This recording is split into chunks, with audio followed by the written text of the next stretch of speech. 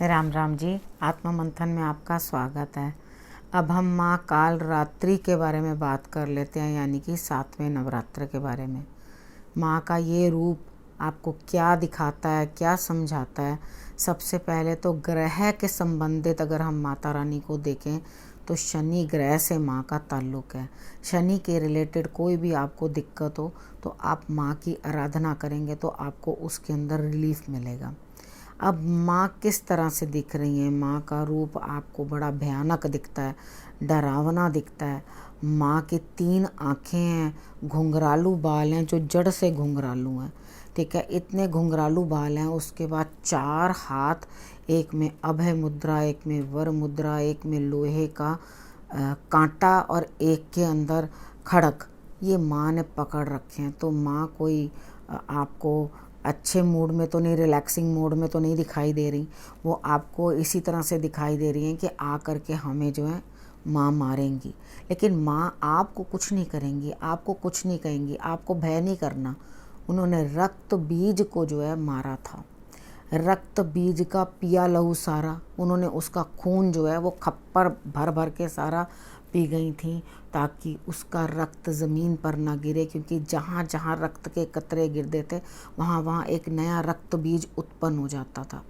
तो माँ जो है उसके विनाश के लिए माँ ने इतना क्रोधी रूप अपना बनाया था। अगर वो उनका जो संतुलन था ब्रेन का, वो इतना ज़्यादा गड़बड़ा गया था कि उन्हें कुछ भी पता नहीं चल रहा था कि वो आपको बचाने के लिए, सबको बचाने के लिए क्या कर रही थी। तो उन्होंने नॉर्मल एक इंसान जो होगा वो कभी कितने भी गुस्से में आ जाए किसी का रक्त तो नहीं पी लेगा।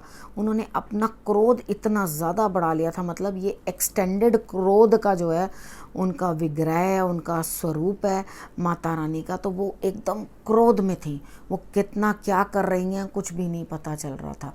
तो उन्होंने लोगों की रक्षा करने के लिए, हम सबकी रक्षा करने के लिए रक्त बीज का खून जो है, सारा लहू जो उन्होंने वो पी लिया था, ठीक है। तो उसके बाद जो उनका संतुलन हो गया था, गड़बड़ हो गया था, उसके बाद सेट करने के लिए भी उनको लेकिन माँ का पूजन करना पड़ता है। अगर आप माँ का सौम्य तरीके से पूजन करेंगे तो माँ आपका बहुत भला करेंगी। आपके लिए भूत प्रेत, छाया, जादू टोने जितने भी हैं उन सब का एंड करती हैं आपके लिए, आपकी हर चीज़ के अंदर रक्षा करती हैं। आप उन्हें पुकारोगे तो वो आपके लिए आ जाएंगी, आपके लिए शुभ करती हैं, आपके लिए बुरा नहीं करती हैं। आपके लिए वो बुरा किसके लिए किया था? जो नेगेटिव लोग हैं, बुरे हैं, उनके लिए माँ जो है गलत करती हैं, लेकिन उसके लिए गलत नहीं करती जो उनकी पूजन करते हैं और सही सदमार्ग के ऊपर चल रहे होते हैं। तो माँ का जो स्वरूप है इस समय के अंदर आपको शांति देता है, शुभ होता है माँ का स्वरूप। तो शुभ होता है, इसीलिए उनका नाम शुभंकरी रखा गया, ठीक है। उन्हें शुभंकरी के नाम से भी बुलाया जाता है, ठीक है। सहस्त्रार चक्र के अंदर जो है इस समय में हम पूजा करेंगे, अपने आप को हम माँ को वहाँ देखेंगे, ठीक है, और वहाँ हम अपने आप को लेकर जाएंगे, अपनी दृष्टि को लेकर जाएंगे और उस चक्र को एक्टिव करने की कोशिश करेंगे। जब ये चक्र एक्टिव हो जाता है, इसमें बहुत समय लगता है, डिफ़िकल्ट होता है इसको करने के लिए एक्टिव, लेकिन जब ये एक्टिव हो जाता है तो हमारे लिए यूनिवर्स के अंदर, यानी कि संसार में जितनी भी शक्तियाँ होती हैं वो हमारी तरफ चली आती हैं और हमारा भला करने लग जाती हैं, ठीक है, हमारा फ़ायदा करने लग जाती हैं। लेकिन एक चीज़ याद रखना, जब हम मेडिटेशन के रास्ते पे चलते हैं, इसके बाद अपने आप ही उपलब्धियां होने लग जाती हैं इस चक्र के बाद आपके लिए। तो आप ये सोचो अपने आप आगे बढ़ने लग जाता है, उसके बाद के चक्र शायद अपने आप ही खुल जाते हैं, ठीक है। कई लोगों को मैंने ऐसा देखा कि उनके चक्र अपने आप ऑटोमेटिकली आगे का खुल जाता है।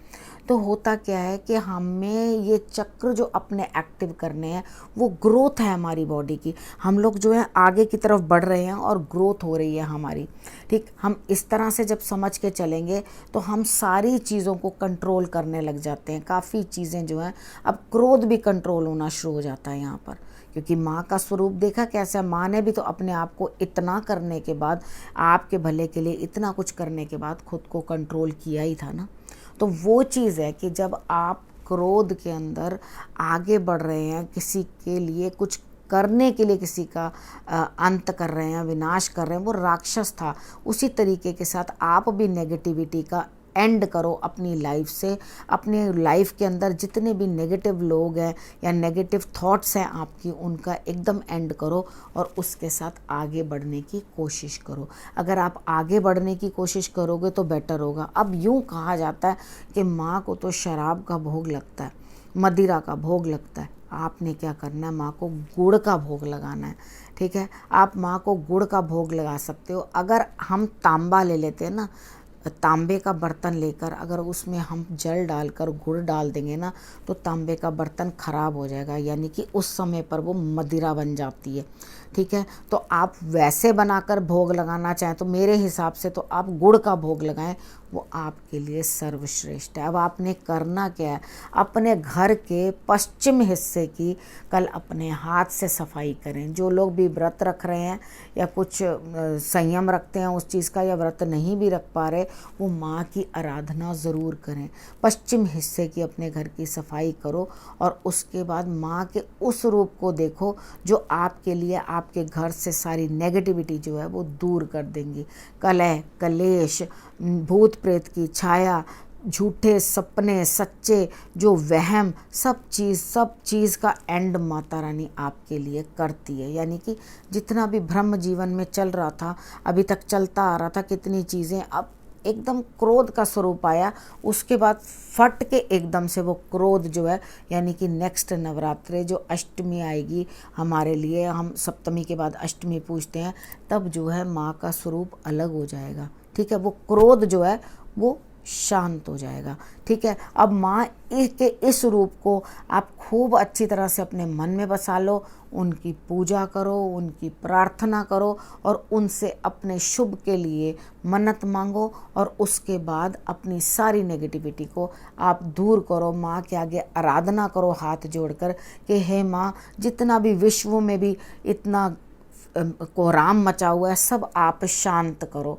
ठीक है, जिस तरह से आपने रक्त बीज का नाश किया था, उसी तरह से जो महामारी चल रही है या जो दिक्कत चल रही है, जनता त्राई त्राई कर रही है, उनके लिए भी आप जो है जीवनदायिनी बन के आओ और सारे ही कष्ट जो है आप मिटा दो और सबको सुखी रखो, सबको खुशी दो। अब इस विषय को मैं यहीं समाप्त करती हूँ। अगले विषय में फिर से आपसे आके मिलूंगी, तब तक के लिए नमस्कार।